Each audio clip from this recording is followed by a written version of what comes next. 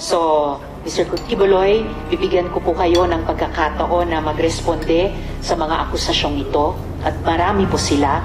Pero unang tanong po, ilan ang miyembro ng KOJC?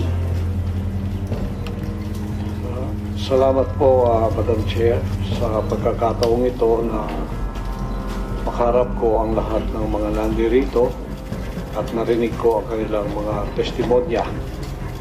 At pasimula po tayo kay Ms. Valdehuesa.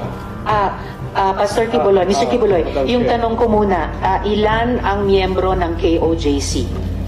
more or less po sa tingnan ko po muna ang exact na Kahit in estimate po. more or less po, including mga